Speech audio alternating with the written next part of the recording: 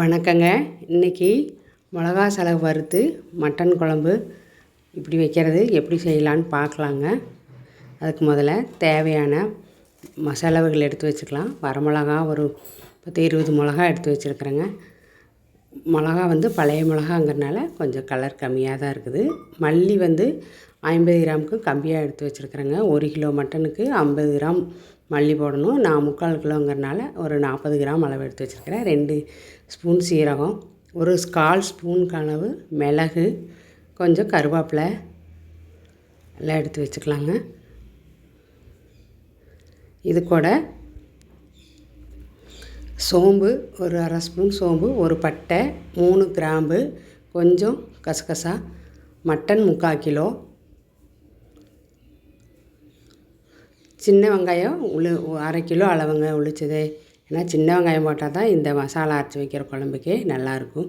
இஞ்சி பூண்டு ஒரு 2 ஸ்பூன் அளவு வர அளவுக்கு எடுத்து வச்சுருக்குறேங்க. இப்போது ஒரு வடைச்சட்டி அடுப்பில் வச்சு கொஞ்சம் எண்ணெய் விட்டு மிளகாயை வறுத்துக்கலாங்க. மிளகாயை போட்டு ஒரு கொஞ்சம் நேரம் வறுத்ததுக்கப்புறமா மல்லி போட்டுக்கலாங்க. ஏன்னா அப்போ தான் சீக்கிரமாக நல்லா அரைப்படும். இப்போ மல்லியை போட்டுக்கலாம். மல்லியை போட்டுக்கலாம். மல்லி போட்டு ஒரு கொஞ்சம் நேரம் வறுத்ததுக்கப்புறமா சீரகம், மிளகு, கருவேப்பிலை எல்லாத்தையும் போட்டு வறுத்துக்கலாங்க. எல்லாத்தையும் போட்டு பொன்னிறமாக வறுக்கும்போதே நல்லா வாசனை வரும். அந்த மாதிரி வறுத்துக்கலாங்க. வறுத்து எடுத்து வேறு தட்டில் மாற்றி வச்சுட்டு அதே வடைச்சட்டியில் ஒரு 2 ஸ்பூன் எண்ணெய் ஊற்றி சின்ன வெங்காயத்தை போட்டு நல்லா வதக்கிக்கலாங்க. சின்ன வெங்காயம் அது கூட ஒரே ஒரு தக்காளி போட்டுக்கலாங்க. தக்காளியெல்லாம் அதிகமாக போடக்கூடாது. ஒரு தக்காளி போட்டாவே போதுங்க. தக்காளி போட்டு நல்லா வதக்கலாம். நல்லா கண்ணாடி பதத்துக்கு நல்லா வதக்கி எடுத்துக்கணுங்க. பச்சை வாசனையே இல்லாத அளவுக்கு நல்லா வதக்கி எடுத்துக்கலாம். இந்த அளவுக்கு வதங்கினதுக்கப்புறமா இதையும் எடுத்து நம்ம ஆற வச்சுக்கலாங்க. ஆற வச்சுட்டு ஒரு குக்கரில் 2 ஸ்பூன் தேங்காய் எண்ணெய் ஊற்றி நம்ம மட்டனை வேக வச்சு எடுத்து வச்சுக்கலாங்க. ஒரு 5 விசில் விட்டு வேக வச்சு எடுத்து வச்சுக்கலாம். இப்படி தேங்காய் எண்ணெயில் விட்டு வேக வச்சோம் நல்லா மணமாகவும் இருக்கும். நல்லா மட்டனும் சீக்கிரமாக வெந்துடுங்க. மட்டனை போட்டு இஞ்சி பூண்டு விழுதையும் போட்டுக்கலாம்.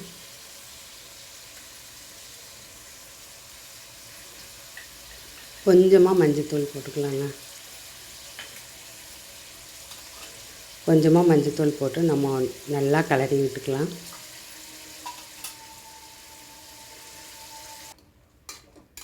ஒரு நிமிஷம் நல்லா கிளறி விட்டுட்டு இந்த மட்டன் மூழ்கிற அளவுக்கு கொஞ்சம் தண்ணி ஊற்றிக்கலாங்க.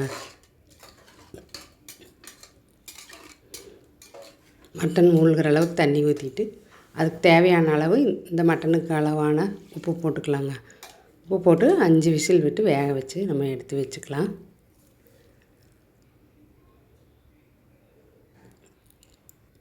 இப்போது இந்த மசாலாவையெல்லாம் ஆறுனதுக்கப்புறமா மிக்ஸி ஜாரில் போட்டு நல்லா ஃபஸ்ட்டு பொடி பண்ணிவிட்டு அதுக்கப்புறமா தண்ணி ஊற்றி அரைக்கணுங்க. ஃபஸ்ட்டே தண்ணி ஊற்றி அரைச்சிங்கன்னா நைஸாக அரைப்படாது.